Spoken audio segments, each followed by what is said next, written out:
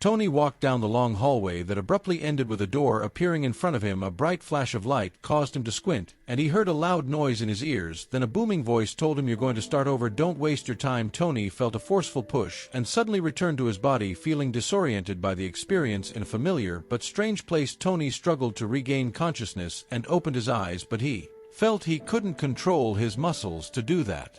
As his senses slowly returned to him, he began to recognize familiar sounds, and finally he heard the voice of his beloved wife Jessie. Her voice was like music to his ears, and he felt a wave of emotions wash over him as he realized he was back in a world of the living. Despite feeling weak and disoriented, Tony's heart was filled with joy and relief. All he wanted at that moment was to hold his wife in his arms and tell her how much he loved her. He longed to assure her that he was back alive and right by her side once again. He could move his limbs or say something. As Tony slowly opened his eyes, he was met with an unfamiliar room.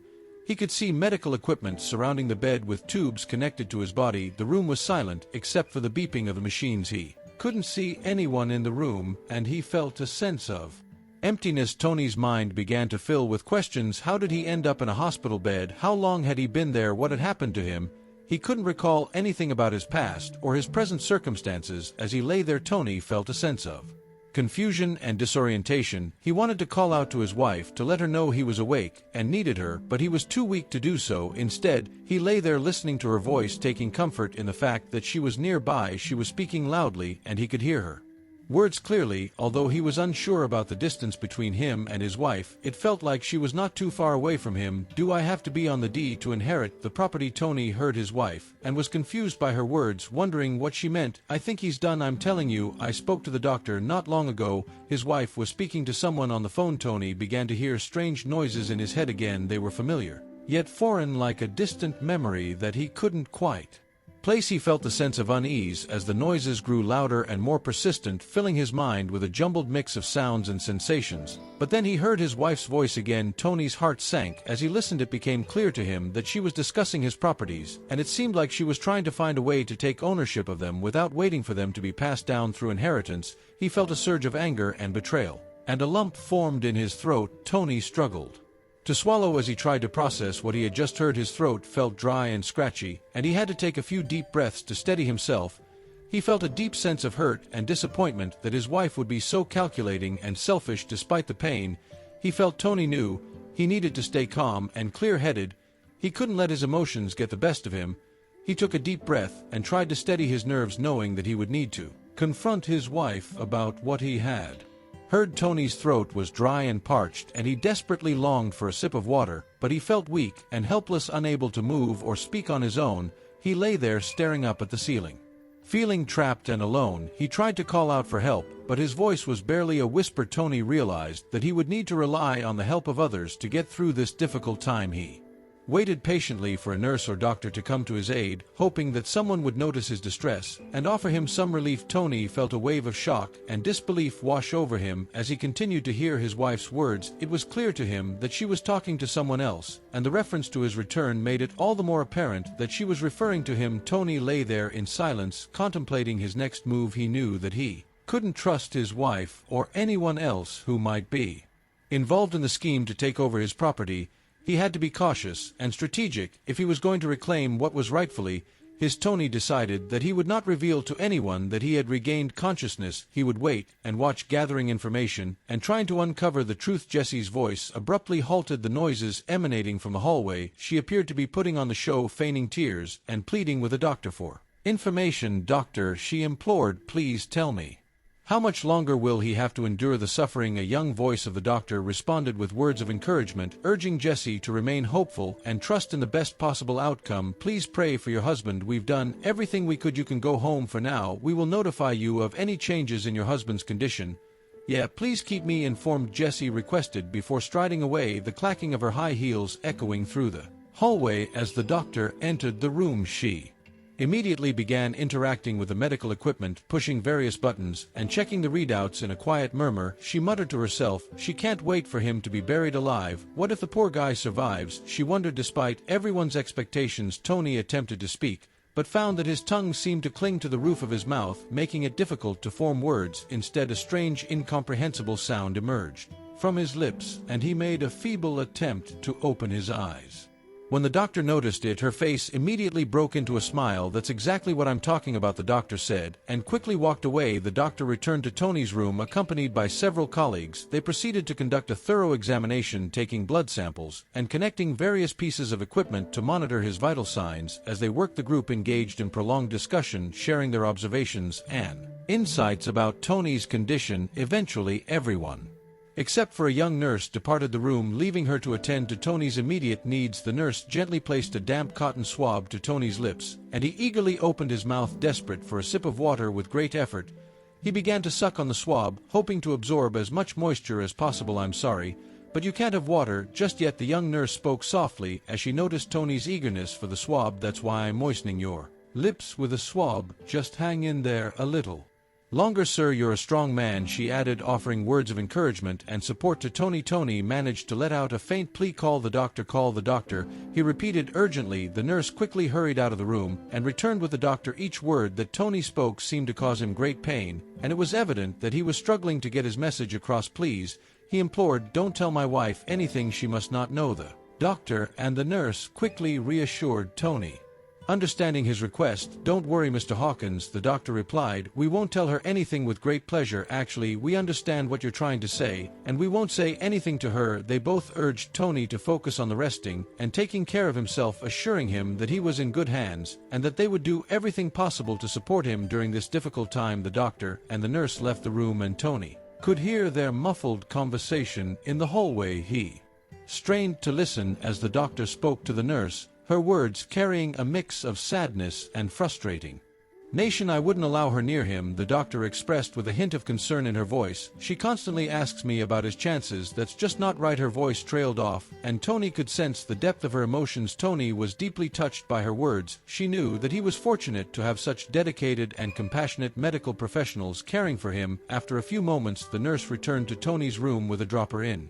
her hand. "We're going to continue feeding you through your veins," she explained gently as she prepared to administer the medication. Tony nodded, weakly grateful for the nurse's reassuring presence. Jesse's words continued to echo in Tony's mind, causing him to feel a deep sense of hurt and betrayal. "How could she?" he thought to himself. "How could I have missed that she was cheating on me behind my back?" Tony couldn't believe that the person he had trusted and loved for so many years could have been deceiving him all along. After all, he reflected, "I've been giving my all for the family. I've been doing everything I could to make her happy." He thought about all the sacrifices he had made over the years, putting his own needs and desires aside in order to support her, and yet despite his efforts, it seemed that Jesse had been unfaithful and deceitful. Tony felt a surge of anger and disbelief as he thought about his wife's callous behavior. Despite all that he had done for her over the years, she seemed more concerned with his money than with his well-being. "I never limited her in money," he thought bitterly. "I let her live the life she wanted to live, and now when I've been in an accident, she's not even sad. She's just thinking about how to take advantage of me." Tony wanted to scream, to confront her, and to tell her how wrong she was. He longed to remind her that he was still alive, and that she wouldn't get anything after the divorce. After a few days of receiving treatment, Tony began to feel much better. When the doctor came in to check on him, he couldn't help but express his gratitude. "Thank you," he said. "I'm doing better with your prayers." The doctor, whose name was Gloria, smiled and blushed slightly at the compliment. She had been working tirelessly and spent long hours sitting with Tony and chatting with him about everything from his health to his personal life. Over time, the two had developed a friendly rapport, and Gloria was happy to see Tony on demand. "That's awesome to hear," she said, smiling warmly. "We're all rooting for you, man. Hey, listen, I'm not allowed to keep it a secret from your wife. You're being moved to another room tomorrow." And then the doctor couldn't finish when Tony interrupted. "I know what you mean. Well, I guess I'm gonna have to face her. I'm not really ready for a fight though." "But I heard what she said," Tony said, and couldn't continue because he felt a lump in his throat thinking about it. "Yeah, I heard it too. I just can't wrap my head around it. How could she be so cruel to her own husband?" The doctor said, "Well, it doesn't matter anymore. I'm gonna divorce her anyway when I get on my feet," Tony said as Jessie sat in her living room, anxiously awaiting news from the hospital. Her mind began to race in her heart. Despite the overwhelming fear that gripped her, she found herself secretly hoping for the worst possible outcome. With a sense of urgency and worry, Jessie rushed to the hospital and headed straight to the intensive care unit. "I need information about Mr. Hawkins' condition," she pleaded with the nurse, hoping to Get some news. I can't bear to see my husband in pain anymore, she said, her voice trembling with emotion. How much longer will he have to endure this? Jessie put on a show of mourning and sadness despite feeling little genuine emotion. The nurse reviewed her records as Jessie waited anxiously. After a few moments of silence, the nurse's expression changed, and she looked crestfallen. I'm sorry to have to tell you this, but according to our records, Mr. Tony Hawkins didn't make it, she said softly, her voice heavy with sympathy. I'm so sorry for your loss. Jessie felt a sense of relief, but she tried to keep her emotions under control and not reveal her inner thoughts. She made an attempt to cry a little by covering her face with her palms before hastily leaving the building. Tony stood by the window observing his wife as she chatted on the phone with a wide grin. He felt a burning anger inside him, and he realized it was time to confront her. Without wasting a moment, he hurried to find a doctor. I need to get discharged. I need to go home, Tony said. Are you out of your mind, Mr. Hawkins? You were transferred from the ICU this morning, and you want to get going already? The doctor was confused. I understand, but it's urgent. I can't stay here. I gotta finish something really important. I promise I'll be back as soon as I get it resolved. I have to get going. I'm gonna run away from you. Try to stop me, so please let me go. Tony was breathing heavily. He was seething with anger as he sat in the taxi, urging the driver to hurry up. As soon as he arrived home, he noticed an unfamiliar man walking around the house, and nothing but his boxers. Tony cautiously approached the window and eavesdropped on the conversation. The man was boasting to someone on the phone, we're going to remove the fireplace and install a top-of-the-line sound system in its place. It's going to be amazing. Tony silently turned a doorknob and slipped into the house. He stealthily made his way through the hallway and cautiously entered the living room. Excuse me, may I come in? Tony asked as he stepped into the living room, addressing the man in his boxers. Jessie's complexion turned ashen in a matter of seconds. She was struck with disbelief and stared at Tony as if he were a ghost. At that moment, she wished it were actually a ghost she was seeing. Tony, you, how is this possible? She stuttered, barely able to comprehend the situation. Shut up, Tony spat through gritted teeth, cutting her off. Tony gave a cold laugh. Save your fake tears for someone who cares. I know you wanted me dead, but unfortunately for you, I'm very much alive. Now get your things and leave. You're not welcome here anymore, and I see you found a quick replacement. Huh, Tony said with a smirk. Get the hell out, and by the way, you're getting nothing after divorce, I promise. Tony was furious. Tony felt a wave of nausea wash over him. The thought of spending the rest of his life with Jessie, the woman he had once loved so deeply, now made him feel sick to his stomach. He couldn't believe that he had trusted her so completely, only to find out that she had moved on to another man so quickly after his supposed death. Tony couldn't help but feel a pang of regret as he thought about all the plans they had made together, the dream of starting a family, raising kids together, and growing old with one another. Tony asked workers to change the locks in the house and not let anyone in while he was away in the hospital. He returned to the hospital as promised. The accident that almost took his life had turned out to be a blessing in disguise. It had opened his eyes to the reality of his marriage and allowed him to make a clean break. Tony spent 2 weeks in the hospital. Gloria often came by, and they talked a lot. It helped Tony get well faster. After Tony was released from the hospital, he had to go through the process of getting a divorce. As anticipated, Jessie wanted her fair share of the business which she claimed they built together. However, she was unaware that the business was burdened with a substantial loan. When she learned about the loan, she refused to take any of her shares during the divorce proceedings. She sent her full thanks to Tony that he never thought he would hear from her, but Tony appeared unaffected because Jessie was like an empty void to him now. Sometime later, Tony remembered Gloria from the hospital. After all, he never even thanked her for believing that he would make it. He bought a bouquet of flowers and drove to the hospital. The nurse told Tony that Gloria was operating on someone at the moment. As he waited, Tony couldn't help but feel a sense of nostalgia wash over him.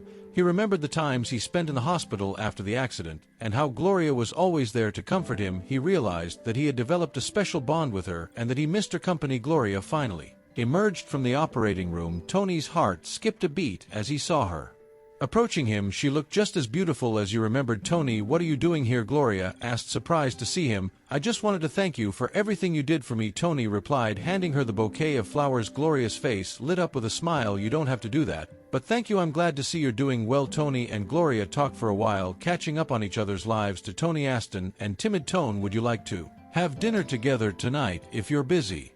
That's okay too. Gloria grinned mischievously and replied, I'm never too busy for food, especially in good company. Dinner it is. Tony felt a connection with Gloria that he had never felt with anyone else before. After that night, they started seeing each other more often. They went on dates, watched movies, and even took trips together. Tony realized that he had found something special with Gloria, something that he had been searching for his entire life. Eventually, Tony asked Gloria to marry him. She said Yes, and they started planning their wedding. It was a beautiful ceremony filled with friends and family who had watched Tony go through the ups and downs of life. Now, he had found true love and happiness with Gloria. As they danced at the reception, Tony looked into Gloria's eyes and knew that he had made the right decision. He had gone through a terrible accident, a painful divorce, and a long recovery, but all of it had led him to this moment, to the love of his life. Years later, as they sat on their porch watching the sunset, Tony thought about everything that had happened to him.